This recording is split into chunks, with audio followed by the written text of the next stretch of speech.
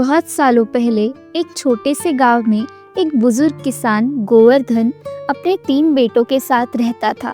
गोवर्धन की उम्र ढल चुकी थी और इसकी चिंता का कारण था उसके बेटों की आलसी और लालची प्रवृत्ति।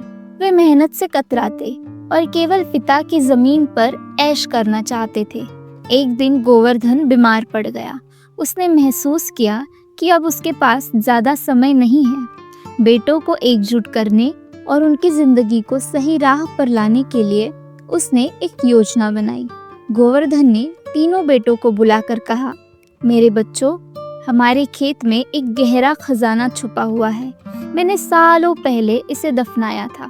अगर तुम सब मिलकर मेहनत करोगे तो इसे पा सकोगे। तीनों बेटों की आंखें चमक उठी। वे धन दौलत की कल्पना में खो गए।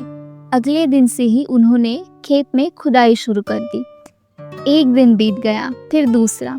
वे सुबह से शाम तक खेत खोदते रहे, लेकिन खजाने का कोई नामो निशान नहीं था। बेटों के सब्र का बांध टूटने लगा।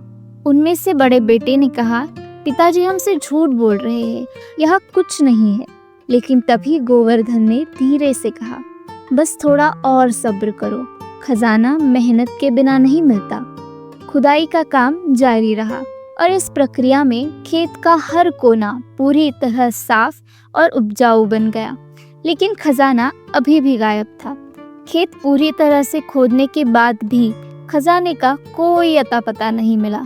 तीनों बेटे अब थक चुके थे और गुस्से में थे।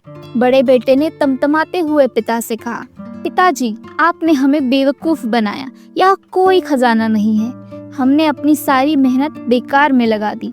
गोवर्धन ने शांत स्वर में जवाब दिया, खजाने की खोज अभी भी बाकी है। खेत की मिट्टी तैयार हो चुकी है। अब तुम्हें बस इसमें बीज बोने हैं।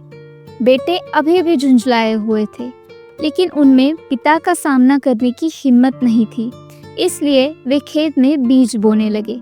बारिश हुई और समय बीतता गया। धीरे धीरे खेत में लहलहाती फसलें उगाई।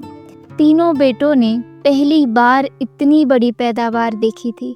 जब फसल काटी गई और उसे बेचने के लिए बाजार में ले जाया गया तो उससे इतना धन मिला जितना उन्होंने कभी सपने में भी नहीं सोचा था। तीनों भाई खुशी खुशी धन लेकर घर लौटे और पिता के पास गए। गोवर्धन ने मुस्कुराते हुए कहा, यह है तुम्हारा खजाना। मैंने इसे सालों से संभाल कर रखा था, पर असली खजाना मेहनत में छिपा होता है।